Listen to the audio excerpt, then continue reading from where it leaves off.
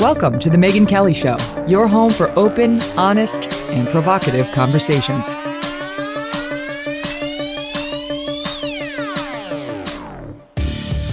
Hey everyone, I'm Megyn Kelly. Welcome to The Megyn Kelly Show. Today, chaos. Chaos abroad, lawlessness here at home in cities like Chicago, and we're going to take a look at all of it. We're going to start the show with Ayaan Hirsi, who is going to speak to the ridiculous notion that the Biden administration has now placed human rights at the center of its foreign policy, taking assurances from the Taliban about how they're going to protect human rights and women's rights and so on, as though the Taliban is somehow different from ISIS.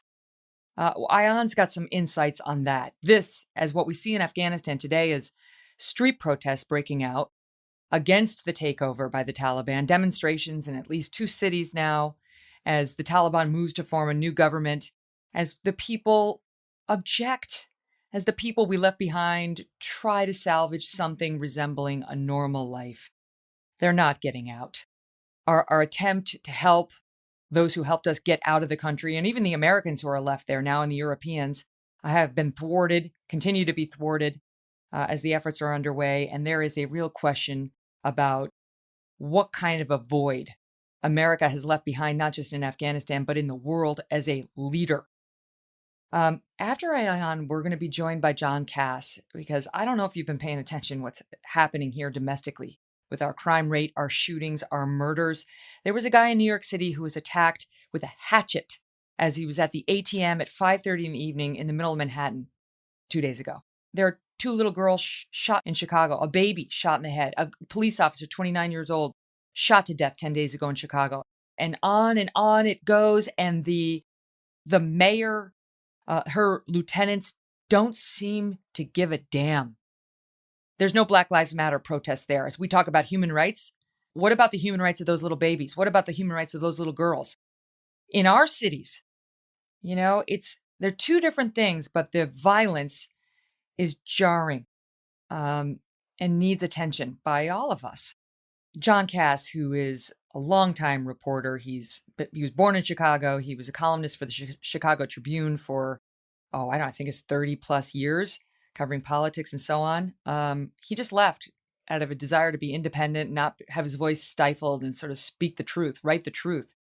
He was a liberal, no longer. And he's telling the truth about Mayor Lori Lightfoot and the crime rate there and what happened with the shooting death of Officer Ella French and the cops who turned their backs on her. And he's going to tell that truth to us. Stay tuned for a powerful show with 2 really smart, insightful people. That's in 1 minute. The internet is a cesspool. You know that, don't you? There are criminals out there waiting, lurking, trying to steal your personal information. They have crappy credit and they want yours instead. They want to go get a credit card under your name or sign up for some sort of special promo under your name. And bit by bit, your life could be falling apart. You have no idea because people aren't following all these cyber criminals or checking their credit scores or, checking out all the emails at every account they have and making sure that no one untoward has gotten in there. Would you just get Norton 360 with LifeLock so you don't have to worry about this? No, they're not going to prevent every single cybercrime, right? Every single identity theft attempt. You know that. They can't monitor every single transaction at every business, but it's a start. You're going to be a whole hell of a lot better off with them than you would on your own, which is what you're probably doing now. And if you're like I used to be, then you just sit there, you do nothing, and then you worry. You worry every time you get a weird email or you go to apply for something and you're like, oh God, did somebody steal my identity? What happened? You never know. Well, don't be so lame about it. Get up and do something about it. You have Lex on your front door, don't you? You have a deadbolt. This is a deadbolt for your email, for your online activity, right? Every time you go online, you buy something, you give up a bit of privacy and you give up a bit of safety. And my friends over at Norton 360 with LifeLock are going to help keep that digital life of yours safer. They've got device security. They've got a VPN to keep your Wi-Fi activity private. They've got identity theft protection. That's a big one. All in one. All right. So you can choose to be safer online by opting into cyber safety with Norton 360 with LifeLock. Join now, save 25% or more off your first year at norton.com/MK. That's norton.com/MK to save 25%. Do it now while you're thinking about it.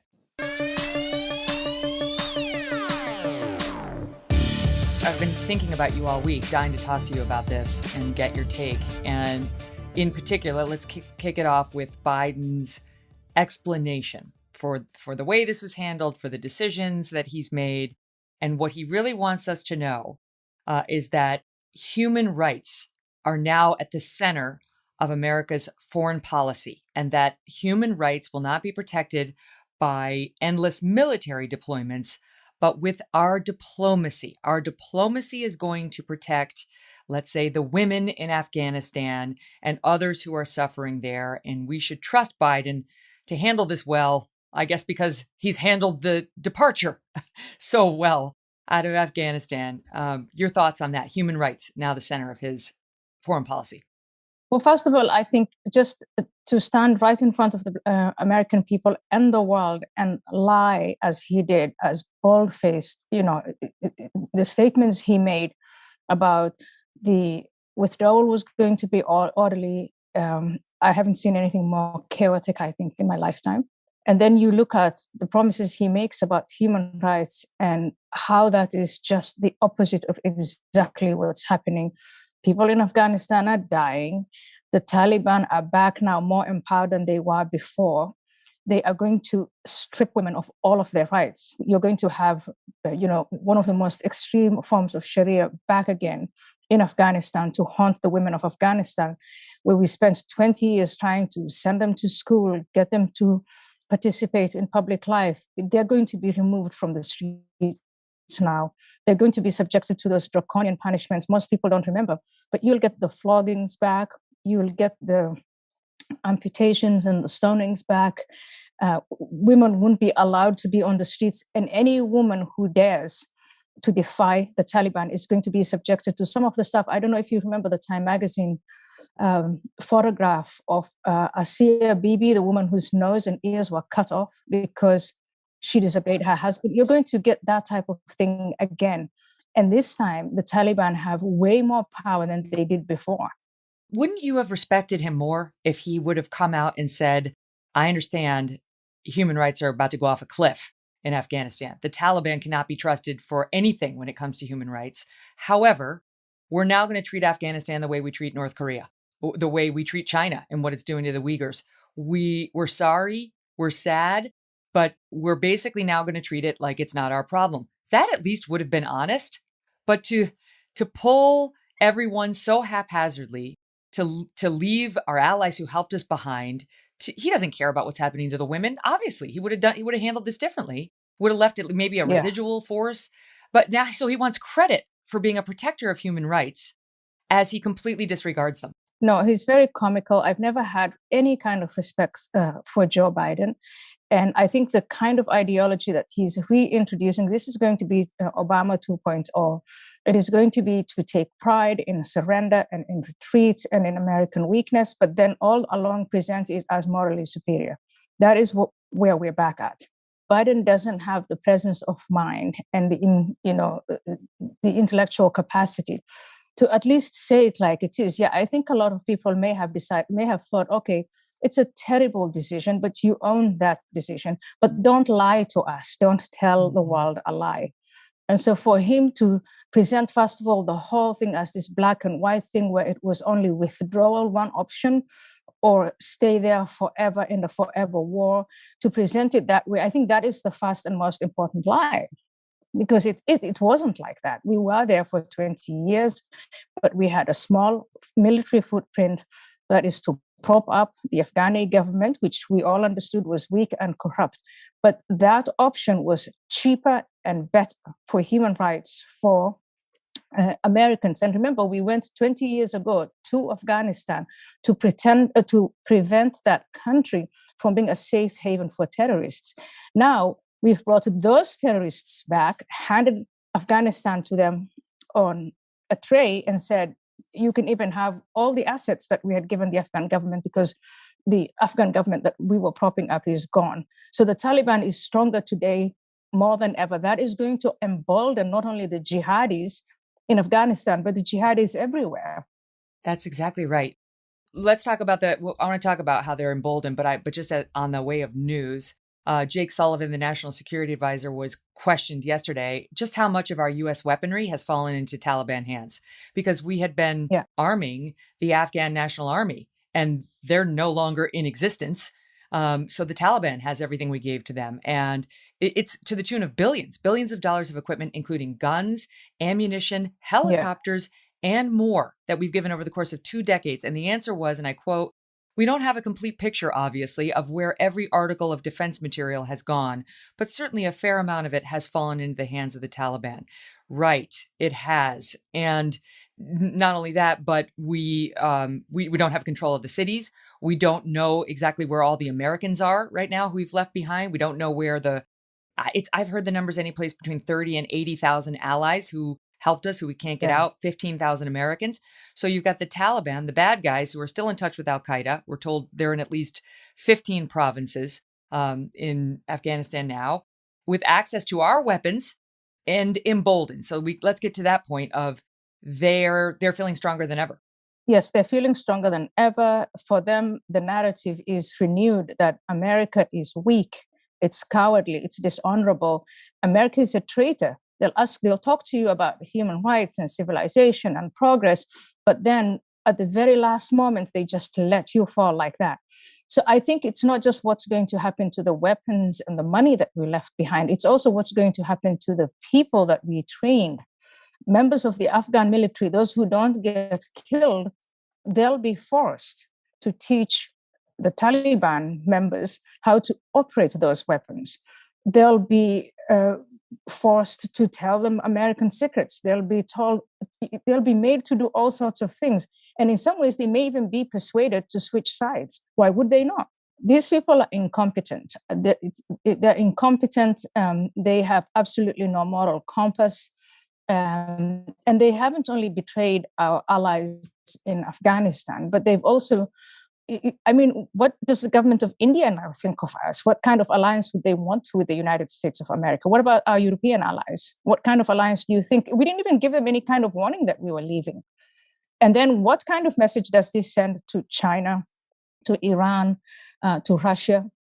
Right. It's just a display of weakness. And are they more or less likely to get aggressive with their neighbors now, when it comes to, let's say, Taiwan, or the Russians with respect to their cyber attacks? I mean, what have we opened ourselves up to by behaving so ineptly and demonstrating such weakness?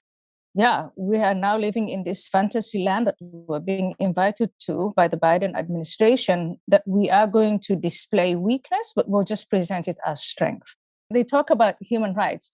I've been looking at some of the materials that this State Department has been distributing to other countries, and it's all woke. It's all about identity politics that we are exporting from here to the rest of the world. And so now we are not only seen as weak and as cowardly and as corrupt, but we're also seen as just mad. It's a joke. We're talking about here. We're talking about changing the language to birthing people from women. We now need to refer to it as chest feeding instead of breastfeeding, out of respect for minority rights. And yet we are essentially handing power over to the Taliban in Afghanistan, where you tell me what they're going to start doing to women. Flogging, yes, all that. The Taliban's now talking a good game. They've gotten some press training, but Joe Biden knows very well what they're about to do to the women there. And they've never made a secret of it. They will, first of all, pretend, and I don't know even for how long they'll continue this pretense, but they want to get a grip in the country. And then from there, they will move into telling the people of Afghanistan they are in charge and the norms have changed. They control those norms and laws and values. And then they're going to implement it. And you're going to get, they've said it over and over again, the Emirate of Afghanistan. That is like the caliphate of ISIS. So in terms of what will then happen, we're going to see all that gruesome stuff from a few years ago that ISIS was doing, the beheadings, selling women into slaves, the mass murders. You remember all those people who were lined up and then who were shot because they weren't Muslim enough for the ISIS leadership. We're going to see all of that. We're going to see the mass graves. We're going to see the destabilization of the countries around, we're going to see the worst elements within the Pakistani military regroup and feel again emboldened that they're in control. And that has implications for Pakistan. That then in turn has implications for that very fragile relationship between Pakistan and India. It emboldens the mullahs in Iran. I mean, this is just, it's so bad, so myopic. And then for the administration to come out and just tell these childish lies. Man, they think we're fools. I think they think we are fools. I think that they think that this is going to help them in the election for next year's Congress and 2024's presidential election. That is the calculation. When I listened to Biden's speech on Monday, I thought he was talking as if he was on the campaign trail. Mm-hmm. Not a commander-in-chief, but as if a campaigner-in-chief. And this, so that's what, 6-7 months into his government. And the way this is all being presented is it's the American people who want it. It's the American people who are tired of these forever wars. It's the American people who wanted the troops back. We didn't have that many troops in there. And it's all very, very, taking the American people and thinking that they're such fools, that they're so dumb. Remember, that's to begin with. Obama 1.0 is what gave us Trump. And now it's Biden, and I don't know what that's going to give us. Well, that's the thing. So I think he was solving a problem that almost didn't exist. You know, yes, when Trump was in and we had 15,000 troops still there, that was a lot. And Trump drew it way down. But where were the protests in the streets here about the 2,500 troops we had left after the Trump drew it down to 2,500 in January when he left office, right before he left office. I don't remember people protesting in the streets saying, get those men and women out of there.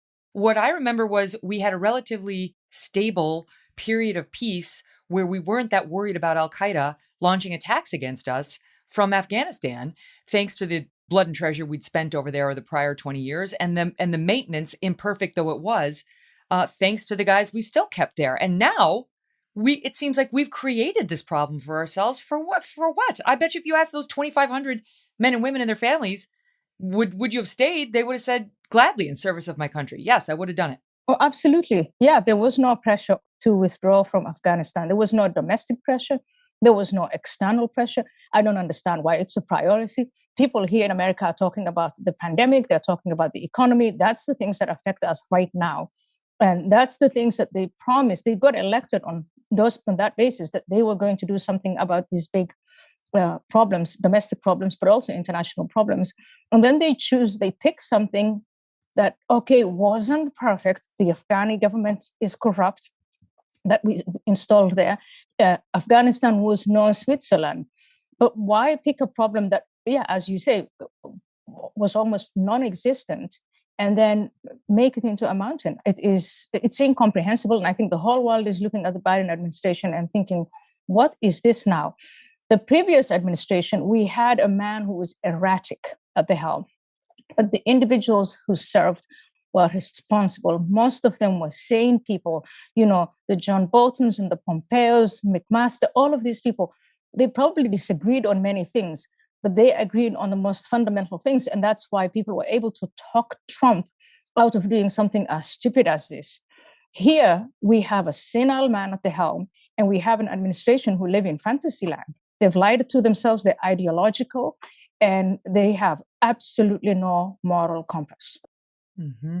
And now the finger pointing has already begun because Biden got up there on Monday and said, I didn't know, the intel community didn't tell me that I should expect this, and that was the one thing he sort of admitted, like, yeah, it happened faster than anybody could have anticipated. And now already today, the leak war has begun. The intel agencies and the military brass are out in the New York Times, in the Wall Street Journal today saying, we told him, we did warn him. Again, the White House continues to deny that. But the New York Times headline today is contradicting Biden, reports warned of rapid collapse. And then in the Wall Street Journal, it's Biden knew risks of a hasty withdrawal. They're coming out and saying, and by July, many intel reports had grown more pessimistic, questioning whether any Afghan security forces would muster serious resistance and whether the government would hold on. This from the Journal, talking about how they had been warned, and Biden pushing back, saying, no one had said it was inevitable and that there was not a high degree of confidence placed on any of the warnings he was given. So we've got our leaders pointing at each other, Ayaan, no one taking responsibility for what actually went down there. Meantime, our entire terrorism intelligence has been essentially wiped out in Afghanistan. We don't have a military base. We don't have an airport. We've got no way of going back in there, really, as of the time we get out in a couple of days. And the American people are going to be left holding the bag.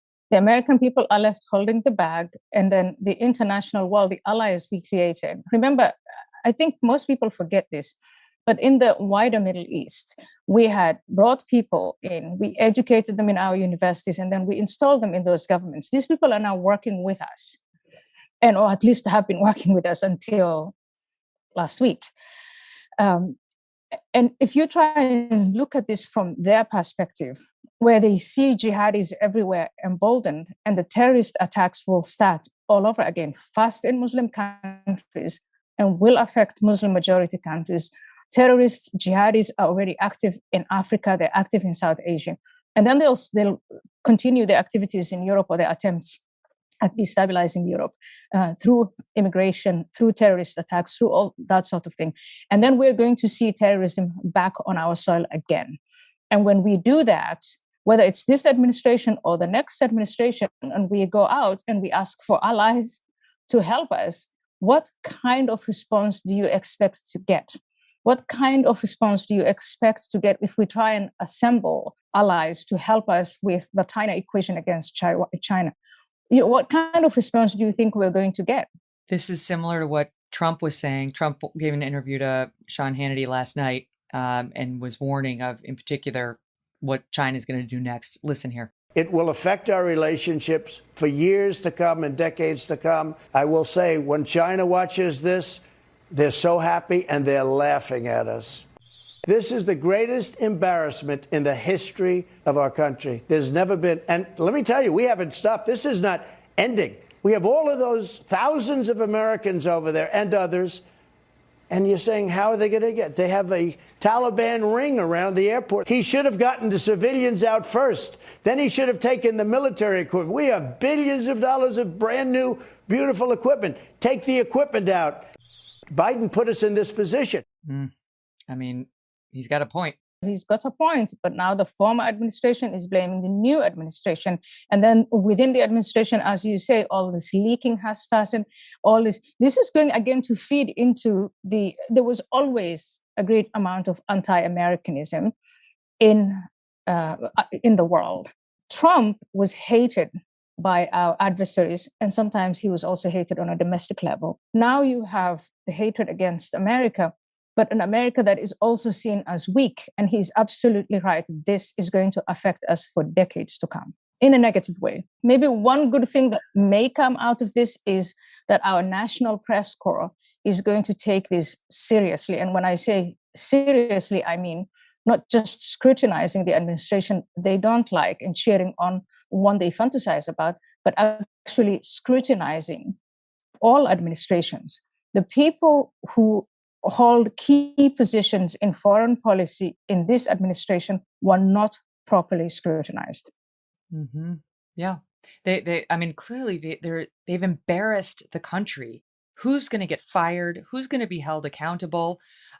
We have abandoned our allies. And I think about, there was a woman, she escaped. She got to Delhi, an Afghan woman who was, she put the fine point on it, saying, her experience and what was likely to happen to other women.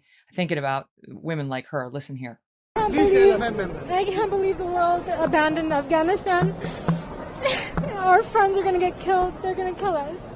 Our women are not going to have any more rights. And women like her, Ayaan, who are trying to get out right now from Afghanistan, they can't. We needed to do it before. They can't get out, even though we now have 4,000 troops there. And there are some flights being conducted by us, by Germany, by others. But there was a German airport transport that left near empty. A German military A400M Airbus has a capacity of over 100. It took off with just 7 people on board on Tuesday because the Taliban has now set up checkpoints on the way, like all around the airport. And you can't get through the checkpoint unless you show them your phone. And then they check your phone for any communications in English. And that's how they're identifying people who helped us. And those people are not getting on airplanes out to Germany, the United States, or any place else. And that's also because we gave up that Bagram Air Force. And we did it before we removed Americans, our allies and friends, and the people in Afghanistan who helped us, and some of the women. Because you can't remove all of the women of Afghanistan out of Afghanistan. And all of the women in Afghanistan will be stripped of their rights. And what about homosexuals? We're going to see, again, scenes of them being thrown down tall buildings. And so while this is too crazy. This is completely this administration was so absorbed with microaggressions, what you can and can't say, and this whole narrative that America is systemically racist, we are the bad guys, that they forgot how to deal with the real world and macroaggressions. And we're going to pay the price for that. You have a piece out today on Unheard, and it's amazing. It hits all the right points. And you point out to that point you just made, we've reached a point where we proudly flew the LGBT flag from our embassy in Kabul when the going was good. But now we've abandoned Afghanistan's gay population to the Taliban. Oh, great. So we flew the flag. So, good for us. We can feel good about ourselves. Yeah, that is Biden's understanding of human rights. We do all the virtue signaling we can. And then when the going gets tough, we just go. We just tell them to go to hell. That's what we did. And Afghanistan is going to be hell under the Taliban. And I don't know, this is one of the things that I find fascinating. All of these fantasies about the Taliban coming to the table and negotiating in good faith, and that they're a changed people, when we've seen just a few years ago what ISIS did in Iraq. Jihadis, these radical Islamists, they are committed to their convictions. It's what they want. It's what gives them the will to fight. They're not going to negotiate with America in good faith, because they preach in the mosque and at home and everywhere that America and what America stands for is evil, and that it's their job to finish that off, to make sure that never happens, that those values of liberty and equality and women's rights and gay rights, that those values are never adopted, because they preach every day on a religious basis that all that is evil. So when they come to power, what makes you think that they're going to act any differently? And how many times do you want that to happen before you wake up and realize it's just not true? Take the world as it is, not as you fantasize it to be. They're saying all the right things. Let's talk about that for a minute, because it's people are going with these assurances as though we have some reason to believe them.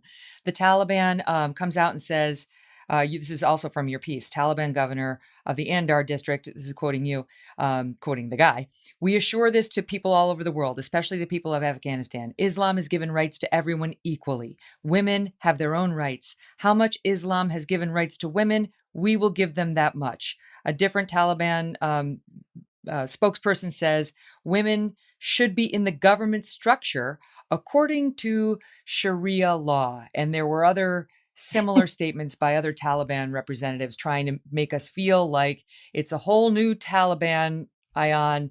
It's a new day. Women are going to be in the government. Women are going to girls are going to go to school. That's another thing they said. And they're going to be treated equally under Sharia law. Yeah, they're telling the Americans who they think of as infidel. They're telling the infidels what they want to hear. But in between the lines, they're actually being honest. They're saying the rights that they're going to accord to women are Islamic rights, Sharia. And the way that they're going to have a relationship with the rest of the world will be dictated by Sharia or Islamic law. So in many ways, they're just being honest. It's we who are the fools, because we never, and I'm talking about this administration and the people who serve it, they have never taken the trouble to actually understand what Sharia is, what Islamic law entails. They've always bought into those assurances, whether it's from the Saudis or whether it's from the Taliban, or even as well. I remember I sat in one meeting where one guy said, maybe we could negotiate with ISIS.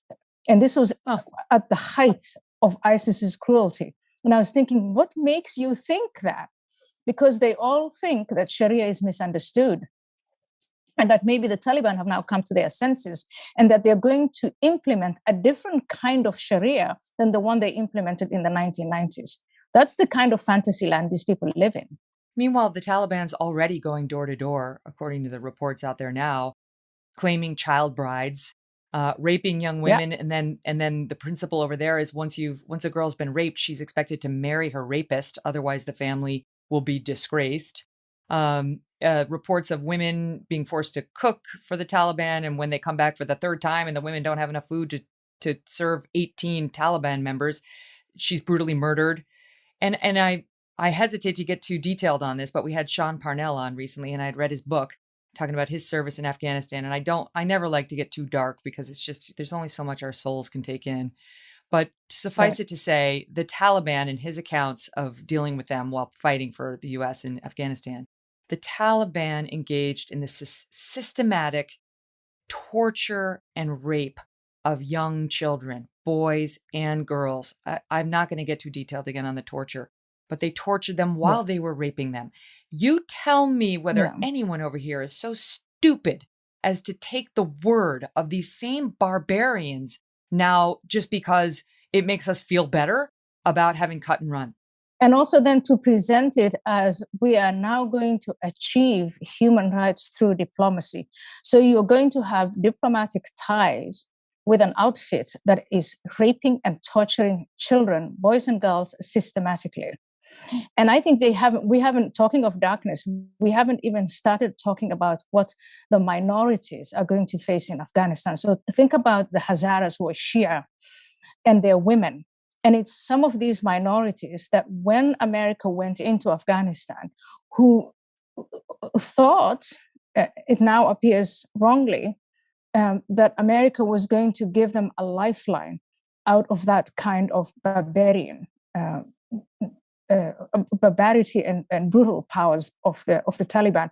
And when you think about the Taliban, I think we think about them only in terms of how fanatical they are and how they're married to this 8th century idea of radical Islam. But they're also a tribe. They're the Pashtun. And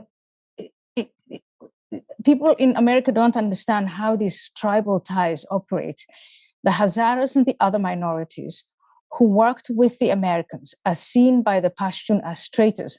So even the Pashtun who are not radical Islamists, will still have to apply the tribal code of revenge. And revenge then comes in these ways of massacring, of torturing, of raping, of taking the women as slaves. This is to communicate to all within that context and in that country, we are now in charge. And this is going to be your plight for betraying us. These people are seen as traitors. Well, so that's the difference, Ayaan, between the North Korea situation, right? That's the difference. And, we weren't in China setting up the Uyghurs. We were in Afghanistan. We lured people into the fold saying, help us, help you, and we'll have your backs on the back end. And now we've left without fulfilling our promise. That's what makes this different, and not a situation where we can just as easily say, well, human rights violations are committed by a lot of bad countries all over the world. We have to decide whether it makes sense for Americans to fight those fights. We helped stir this up. We made promises we're not keeping. Absolutely. And those of us who are outraged about the ramifications for human beings in Afghanistan, for women, for gays, for minorities, religious minorities and others, we are being dismissed as we can't do that all over the world. It's not America's job to be the policeman of the world. And that's the kind of ridiculous dismissals we are being given. But remember, we went into Afghanistan to make sure that we're not hit again on American soil, that we don't leave them a safe haven to recoup and to organize these terrorist attacks from. And they're going to do that. And it's going to embolden all the jihadis in the world, whom we, a few years ago, because we destroyed ISIS and because ISIS destroyed their narrative, their ideology through the kind of gruesome attacks that they were inflicting on people, we've now empowered all of those people back again. Al-Qaeda is going to regroup. ISIS is going to regroup. They're all going to work together again. Even in our own country, we have members of the Muslim Brotherhood, as there are members of the Muslim Brotherhood everywhere. All of those who put on a nice face of civility, and they put their suits and they shave their beards, maybe those are the ones that they think of as diplomats. Those guys and the ones who are actually carrying out the executions and the torture and the rapes, those people are now going to sit together and say, this is how to deal with America and the West in general. Mm. You call it a watershed moment in Western decline. Can you expand on that? Well, it's scenarios where now the whole world is looking at us. You said China's laughing at us. It is true, China's laughing at us. I think European countries are thinking, my goodness, if this is the America that we have now. So I think what we're going to see is, and I hope it doesn't happen, this is exactly what we don't want. But when it comes to decline, what you see is a disintegration within the civilization where we're at each other's throats and we don't trust one another, and we're engaged in infighting. And that emboldens adversaries like China, like Iran, like Russia, like the international jihadi community. And they just see their moment now that they could seize. And I hope that we don't descend into that kind of internecine and into that kind of decline. This decision by the Biden administration, it's the Biden administration that owns this.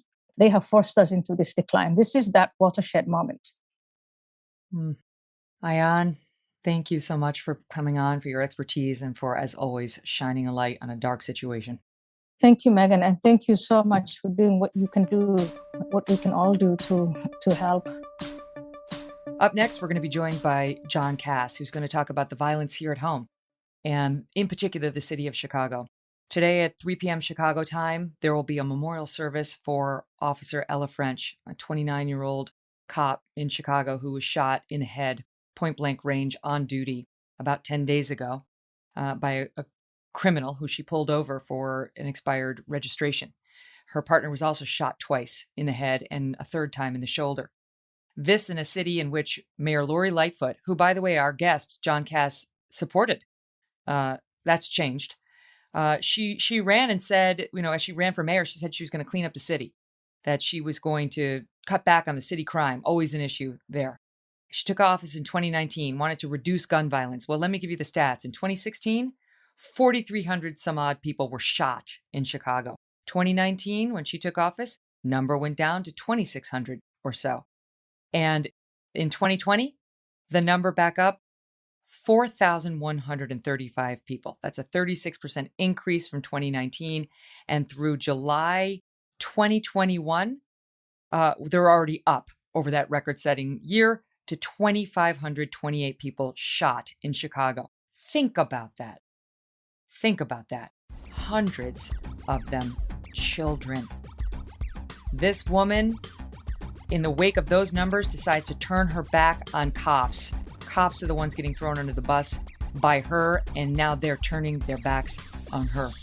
John Kass with the latest in the numbers in Chicago and nationwide in a minute. John Kass, how are you? Hey, Megyn, how are you? I'm a big fan of yours. Thank you so much for doing this. I can't tell you, I really appreciate it, especially when I'm starting this new thing. Yeah, no, well, I think it's going to be great, you being out on your own. I really do. As somebody who's doing that herself, it's nice not to have a corporate overlord. I feel like I can see it in your writing, by the way, which has just been, it's always been amazing, but I just feel like you're unleashed and it's amazing. All right, so let's get to it. So this weekend alone in your city and the city I love as well, Chicago, where I lived for 5 years, violence, at least 52 people were shot, 9 people dead, including a 7-year-old girl named Serenity, whose 6-year-old sister was also shot in the chest and the right armpit, but she remains alive. No arrests made. In 2020, 4,135 people were shot in Chicago. It's crazy, that number. Think about that. 4,135 people were shot in Chicago. And the numbers are on the rise under this mayor. In Chicago, more than 230 children have been shot this year, meaning kids under 17. 230. And you say about all this, what? What is to blame and what is in this mayor's head as she's blaming rhetoric on social media for being damaging? She's a disaster. I supported her. I liked her. I thought she would be a breath of fresh air to a city that has basically destroyed itself through corruption. But she's a disaster. The Cook County State's Attorney, Kim Fox, is a disaster. Right now, we have about 100 accused murderers out on the street, arrested, but out on electronic home monitoring. And every day there's a story about, or almost every day, a story about someone on electronic home monitoring or someone that has been released on bail or low bail that goes out and shoots someone else. And those little children, those two little sisters, were found hugging each other. Oh, God. It's beyond belief. And today, Wednesday, the city prepares to say goodbye to Officer Ella French, who was shot just recently, murdered in a police stop of a automobile. Two brothers have been charged. And the cops at the hospital turned their back on Lori Lightfoot when she approached. Mm-hmm. It's never been so bad, Megyn. You were here. You know that there was always problems. In any big city, you have problems. And in many big cities like New York and Chicago, the relationship between the police and the political authority is sometimes not good. But right now, we're in a city of chaos. It's a city of anarchy. And politicians just talk and talk about, their rhetoric is social justice warrior rhetoric. They talk about equity. I don't know what's the equity in shooting little children and people of color being gunned down in street gang wars. And they don't even have the guts to say street gangs. They talk about gun violence. But as you know, every suburb of major metropolitan areas has a lot of guns. The people have guns in the suburbs of New York, in the suburbs of Chicago, and Los Angeles, and Detroit. And they're not shooting each other. They're not slaughtering each other. So there's something else. And you've been talking about it for years, Megyn. You understand the social decay, the lack of the father in the home, lack of a good education. The education systems are broken. It's bad, and right now Chicago is unmoored. Mm.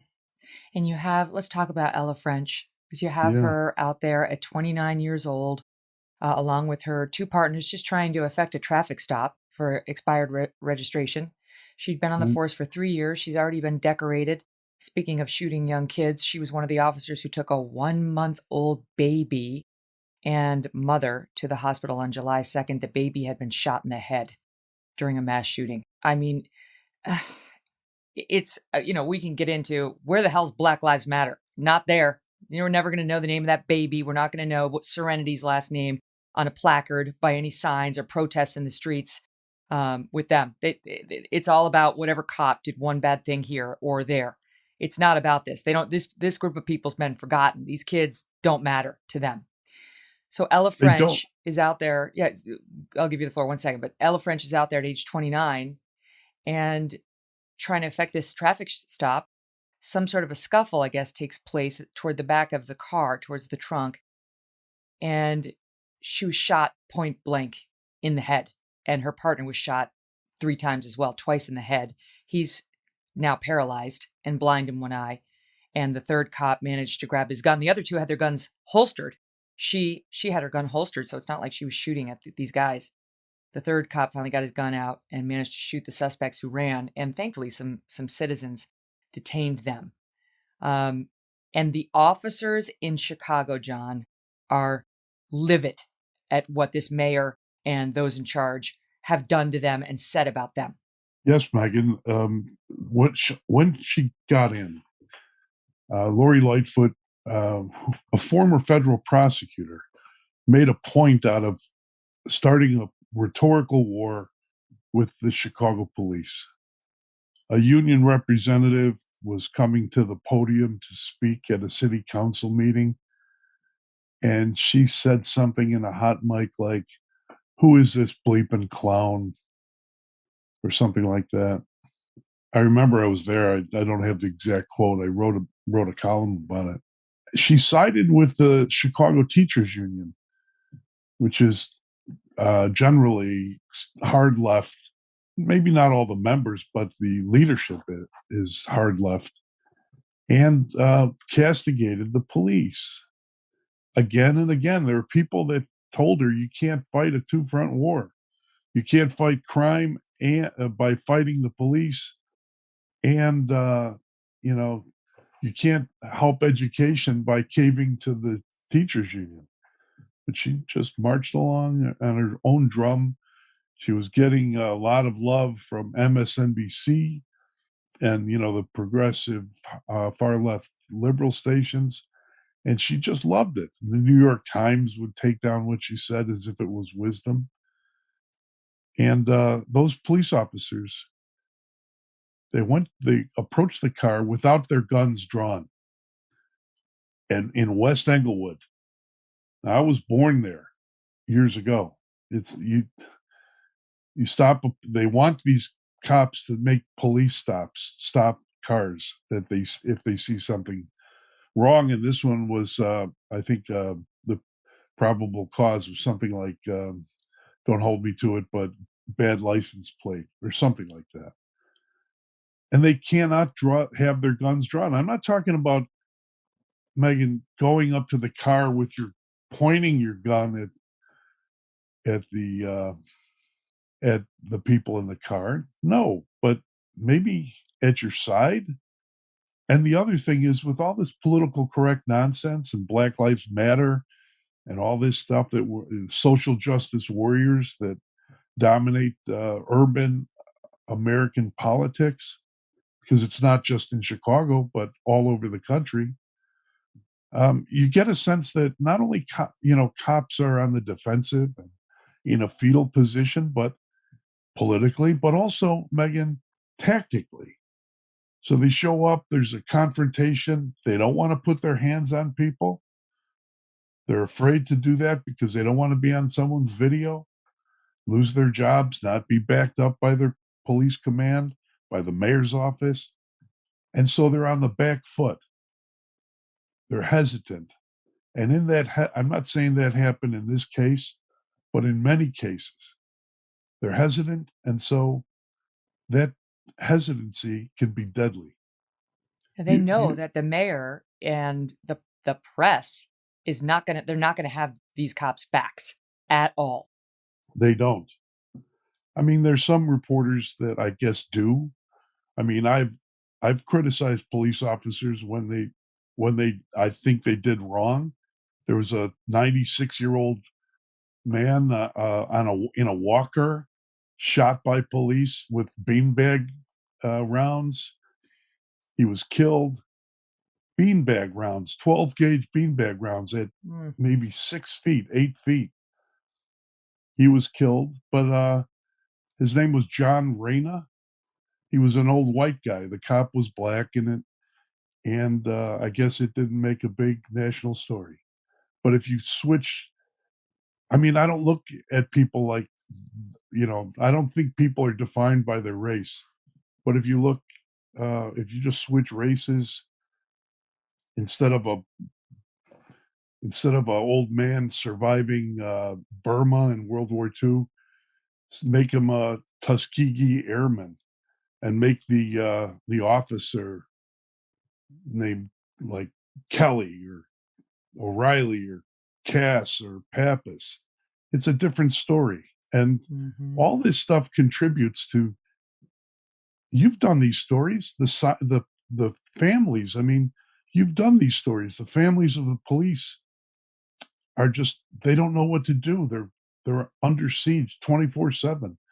All they're doing is waiting for their, the spouse to come home, dad to come home, mom to come home.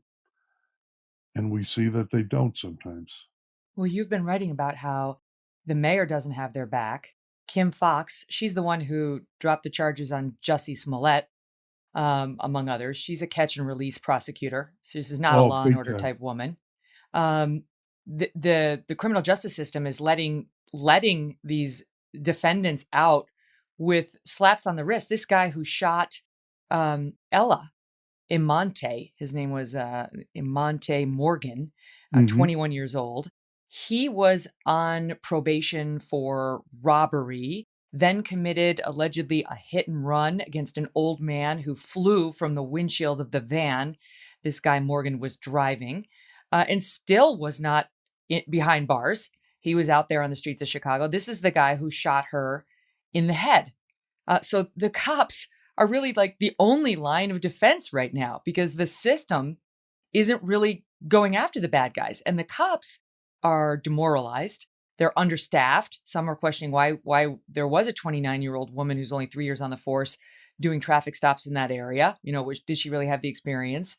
But who else is coming? Right? Who they don't have that many people to put out there. So the cops, no wonder the wives and the spouses are worried that they have no backup. And they're upset that young officers there was an older officer on the scene, but you've seen these rookies walking up and down Michigan Avenue. They just get out of the academy and they're released, to walk up and down Michigan Avenue and play the role of scarecrow, which is what we do a lot. We have a lot of scarecrow policing. And they look at themselves, check themselves out, in the windows of the shops. The young guys, young women, they're proud. They have no clue. It takes a while. They don't have cop eyes yet. Some of them wear sunglasses. They're not ready. They're not ready to look at someone who's a violent threat and back them down with their eyes. And all this is because of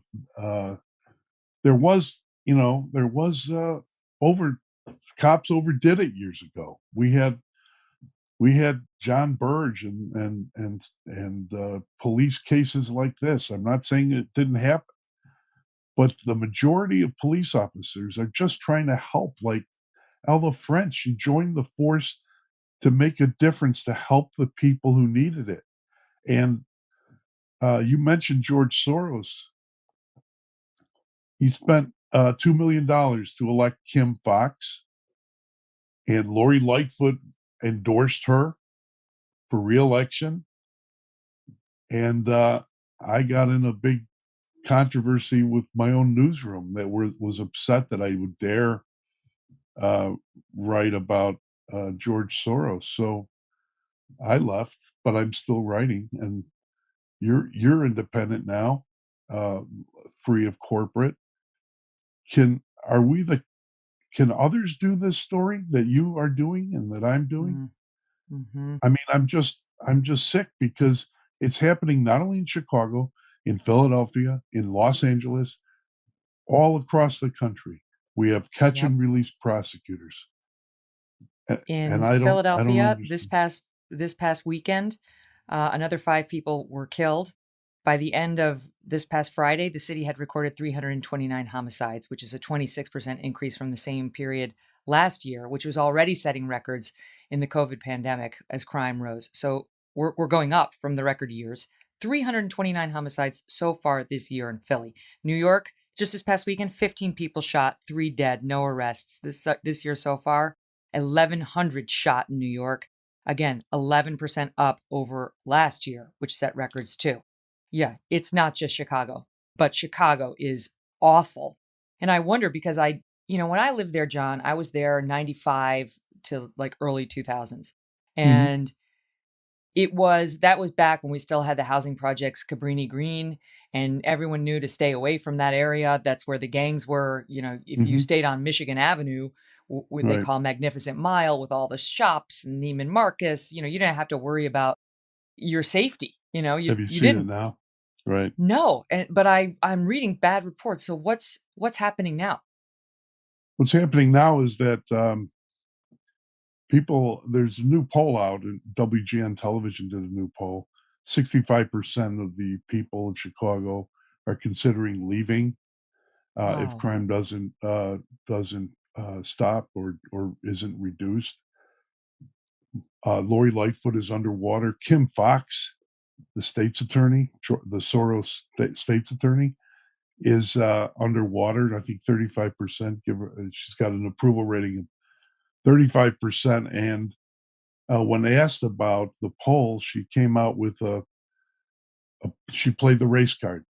Oh boy. She said basically that crime is more complicated, and media shouldn't examine only two actors in the broad issue that are Black women. It really, I don't. Kim Fox, Lori Lightfoot, Joe Biden, anybody, I don't care. And the people of Chicago don't care what your race is. They just want to be safe. They want to feel that they put their kids in the back of the car, they won't be shot. And in the Loop now, when you were here The Loop as is a part of lawyer the Chicago downtown sort of business district. Go ahead. Yeah, when you were here as a lawyer, and I believe intern for a news station, the Loop was in the period you're talking about. The Loop was safe. Now there are gangs of kids and young men and women robbing, slapping, beating people up, and they my are gosh. arrested, and then they're released. So the whole thing is a city of anarchy. Some people call it now Chirac, with and you know why, and I know some have said that's an insult now to Iraq. Yeah. It's hard to believe. When I was there, Mayor Daley was the mayor. You could eat off the sidewalks in Chicago. I mean, it was, very well run. It may have been somewhat corrupt, but boy, oh boy, it was very well It was run. not In Illinois, somewhat corrupt. It was a lot corrupt. Well, and not just Chicago, right? Illinois too. Right. It's got governors just almost as great as our governors in the great state of New York. We've had serial problems in this department. But you never had to worry about that kind of crime in the Loop. That's where the lawyers went to work. That's where the business guys went to work, right on the side of the Chicago River that winds through so beautifully with the bridges. And the people take the architecture tours on the boats, and the tourists come through. And the L goes around, and you can see sort of the downtown pumping Chicago at work. It was always isolated, the crime in one area. And now it's different. Can I ask you about the race card, though? Because one of the most stunning things of the Ella French awful controversy was, first we'll get to the cops turning their back on the mayor and what the mayor's office did to stop the cops from honoring her body as it came from the morgue. But I want to ask you about the mother of the defendant, again, Imante Morgan and his brother, Eric Morgan. They were taken to the hospital. They were shot. And the mother, one was shot. She comes out and she plays the victim. She speaks with the reporters before she goes into the hospital, where she then caused a scuffle. And now she's under arrest for her assaulting a police officer. But listen to how she frames this issue. My boys are not monsters, what people trying to paint them to be, at all. At all. There is another side. I don't believe a damn thing CPD says. And I can guarantee you this, my boys was afraid. I'm afraid. Our young black women, not only young black women and young black men, like I just said, I'm afraid. Adults are afraid of the CPD. Monte Morgan, my son. Okay, hold on. Was there a security guard? I want to see my son. Oh, hold on. Monte! Monte! Don't touch me! Get away from me! Stop! Get away! No! Stop! Stop! Stop! Stop! Stop! Stop! Put your hands behind you. Please let me see my son! Put your hands behind you. Please let me see him. Okay, so I guess she was doing a live stream from her phone. I'm sorry, John. I have no sympathy for her. None. It was Zero. performance art. She was having performance art. She did a live stream while she was going to see her child. She wanted a confrontation. She got a confrontation. That's part of the deal now, in policing. Everything is on video. And young cops like Ella French, I can't get into her state of mind she's now passed, but there are many and older ones. Every time they make an arrest, they're thinking, am I going to lose my pension? Am I going to lose my job? Will the mayor or the police chief not have my back? It's debilitating. And who looks for, as you know, Megyn, who looks for weakness? Criminals. And I don't want to, I used to be liberal. I'm not although I grew up, I woke up, but I'm not always in support of police, but these criminals, street violent people, gangbangers that we don't even call them gangbangers, look for weakness. They look for hesitancy. And part of it is the social media thing. Mm-hmm.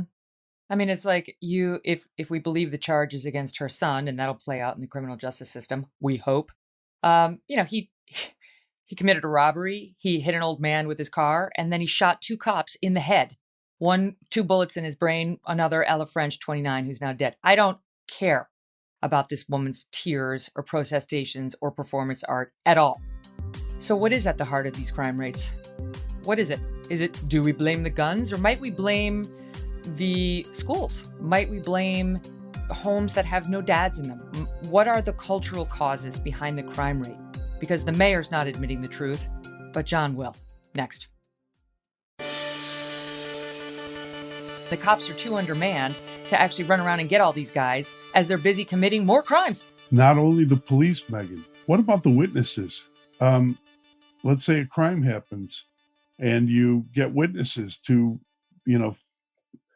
point the finger, at least in lineups, at somebody that committed something terribly violent.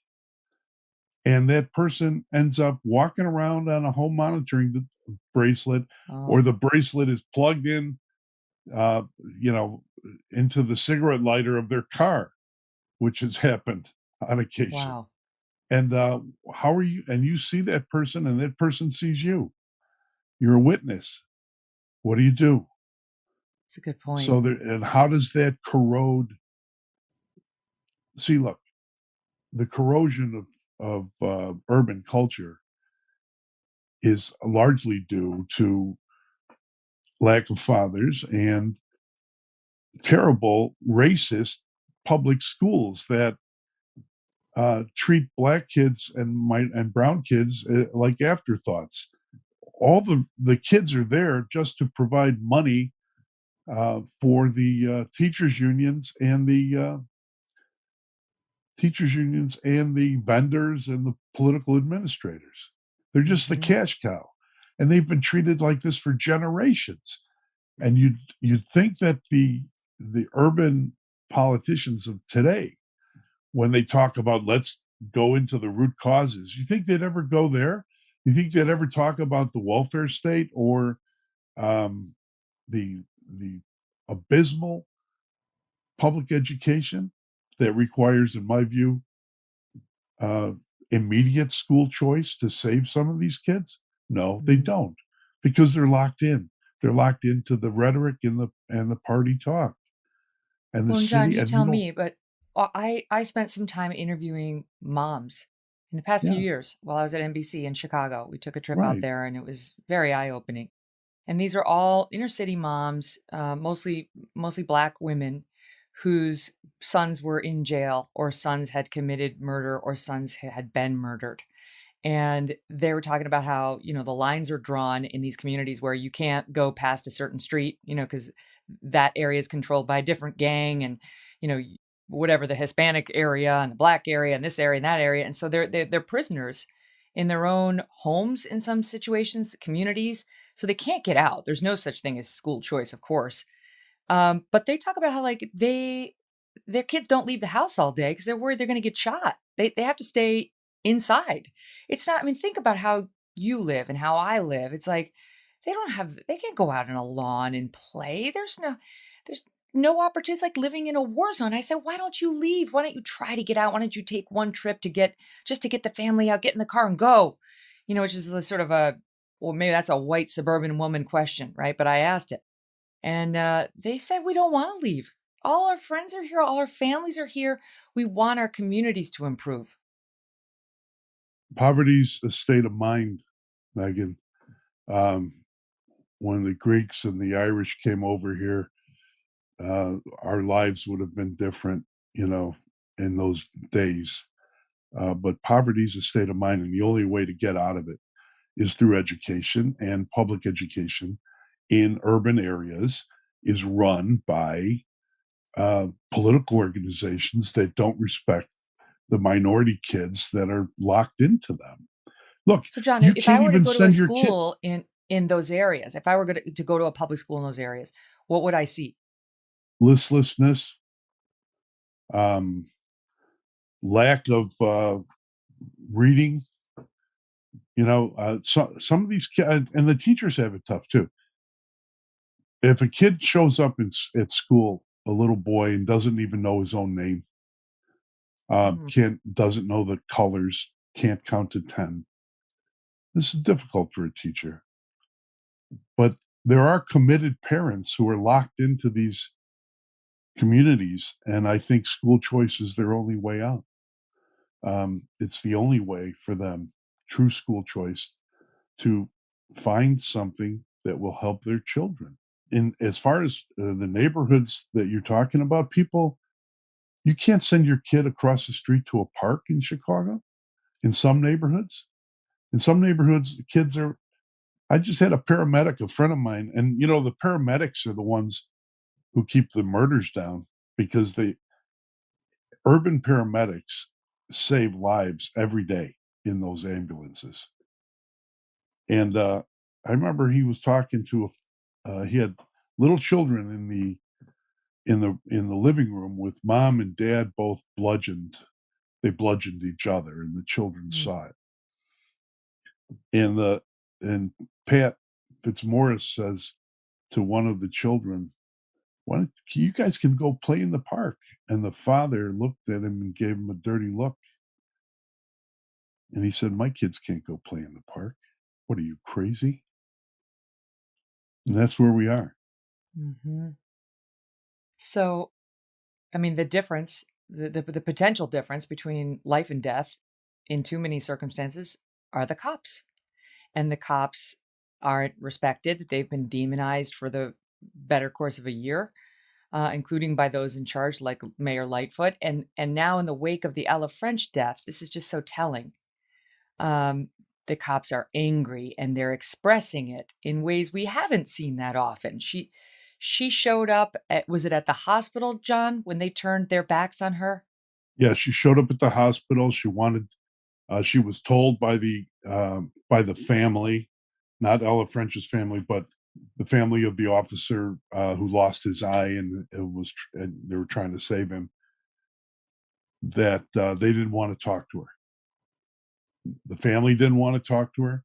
I mean, she's been demonizing the police since she got in.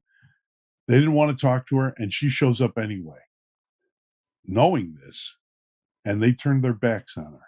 And now, and no one was upset. And then she lied about a ritual that has been going on since the beginning of Chicago, when a police officer is shot. When a police officer is killed in the line of duty, and the body is brought to the county morgue, or we call it the Cook County Medical Examiner now, police officers line up and they slow roll the ambulance through. The cops salute, and they're usually a bagpipe and a drum. Mm. And she lied about it. She said there were some groups that wanted to hijack the proceeding. And she said, and Ella French's parents had to get to the morgue, and we just couldn't. And she supports her first deputy, who said basically, we don't have time for this shit. Cops cannot, it's not hate. They loathe her. They loathe her. They loathe them all. And it's not a good thing. And now there's a funeral coming up Thursday for Ella French. And I think it'll be the first time in my memory, and I've only been covering Chicago politics here from the belly of the beast for 600, 700 years, like Methuselah. And I've always seen mayors offer something in the eulogy.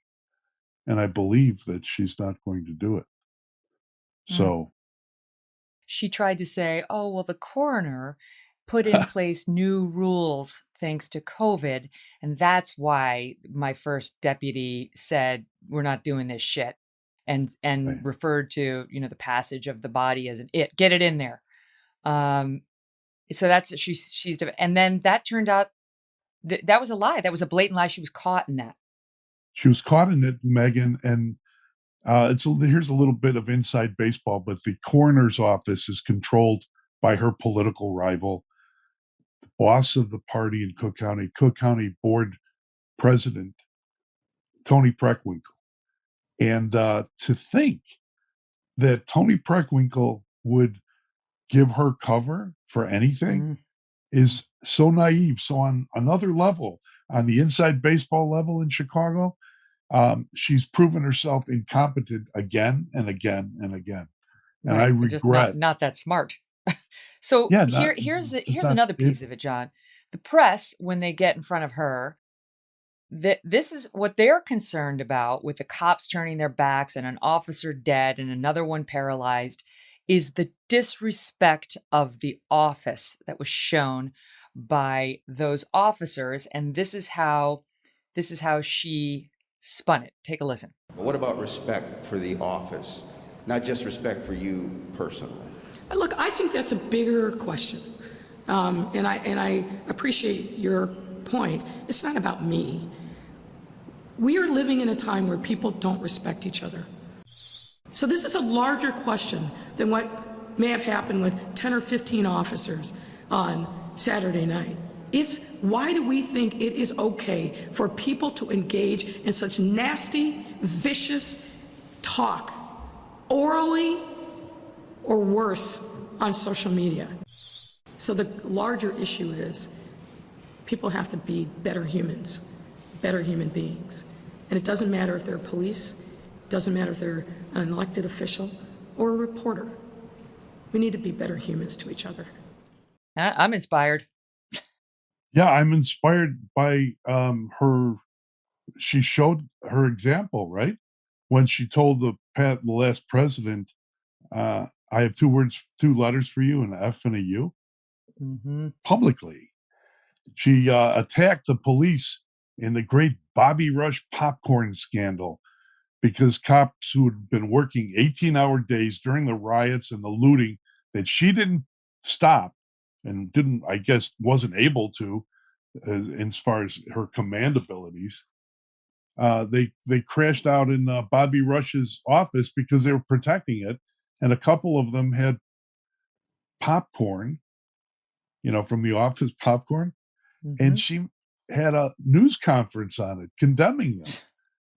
The Bobby Rush, you know Bobby, the congressman from Chicago. He said he was screaming, "What happened to my popcorn? My popcorn!" Oh my and gosh. the loop was destroyed, right? The streets, the building, the businesses were torn down, burned in those mostly peaceful protests, and she's worried about the popcorn. So basically, coppers, I'm surprised it took this long for them to turn their backs on her. And now, as we go into the year leading up to the midterm elections nationally, Right?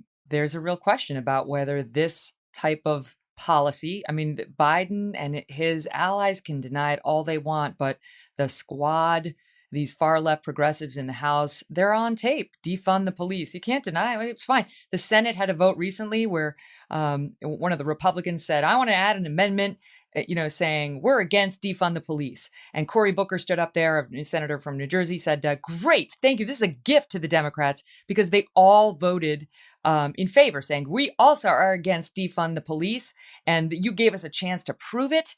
But some paper vote saying what in theory are you for or against is meaningless. All these Democrats are on record. It's one of the reasons why in the postmortem on why the Democrats lost so many House seats in the last election, you had the more moderate Dems saying, what are we doing? We have to stop doing this and saying this. The American public is not for it.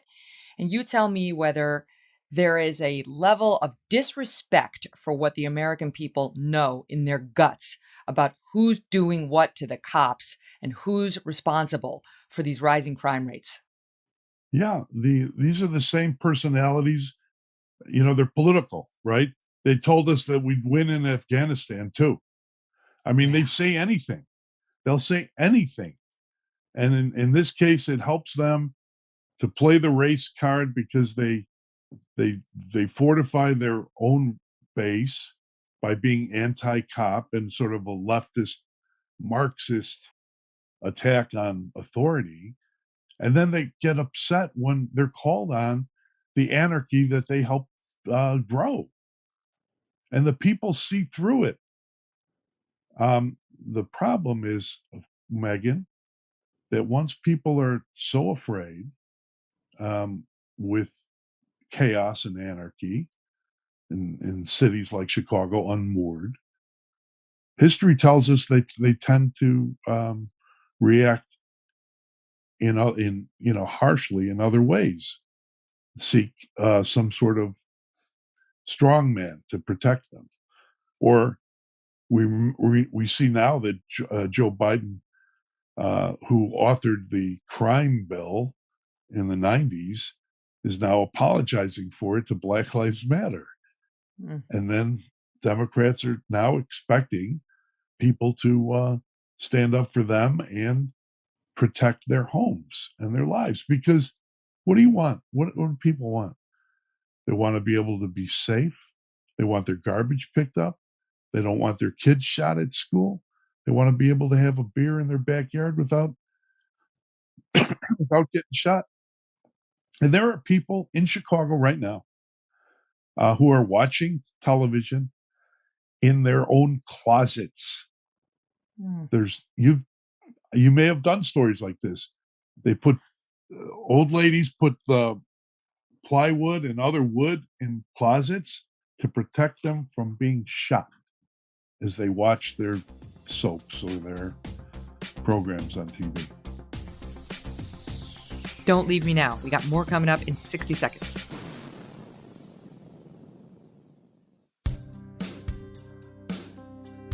Just this week, a 70-year-old woman was shot in Chicago. She was out. She was driving her car, and two suspects came up.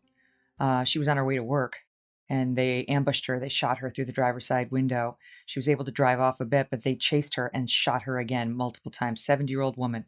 Car was riddled with bullets. She's dead. The 6 and 7-year-old girls hugging each other. One dead, one shot. The 1-year-old baby shot. In New York, by the way, just yesterday, crazy video broke out of the financial district, John. Again, this is not a high crime area. The financial districts of Wall Street. A guy, 51 years old, in there taking his money out of a vestibule, 5:30 in the afternoon. It's not like, we went 3 a.m. And there was a suspect who came in who had an axe, a hatchet, and started chopping up this man who fought for his life, thank God lived. And then as soon as the guy sort of went down, the guy who'd been attacked, the guy started smashing all the ATMs. I don't know his story. He hasn't, I guess, been caught yet. But, the homeless problem grows. people who have serious mental illnesses who are just let out on the street in the name of, kindness, right? But no plan has been made for them. And then the citizenry has to deal with deranged criminals who the system won't take care of, who break into the ATM vestibule in the middle of the night and chop you up, or in the middle of the day and chop you up. There's a name I know you probably remember, but I don't know if all the audience will. Bernard Getz. Yeah, the Because vigilante. that's going to happen. I mean, there'll be some scared little white guy, with a stick in his pocket, and he'll be so terrified by all this stuff that he'll pull it, and we're going to have another. It's a ritual. We have the phones and the same suspects and the usual suspects come out and make the speeches, and it's just bad. And people always vote with their feet. Mm. New York has seen this. Chicago's seeing it. Los Angeles, all the big cities are seeing it. People vote with their feet, Megyn. Well, I hope that people show the same respect of those in charge in places like Chicago as Mayor Lightfoot and her deputies have shown Ella French and others like her, calling her Ella Fitzgerald, one of the mayor's top deputies, not even bothering to know her name, refusing the cops' attempt to honor her, one of their brethren, with the bagpipes and the salute. It's disgusting. It's literally the least that they can do for these guys and gals, and they won't. John, I love your writings. I think you're a treasure, and I really, really appreciate everything you've done. And I'm so glad you're independent and totally unleashed. We'll continue to promote johnkassnews.com as well and have you on just whenever you want to come back. I'd love to talk to you. I'm going to buy some ads on Megyn on your podcast. Sold. All the best to you. Thank you.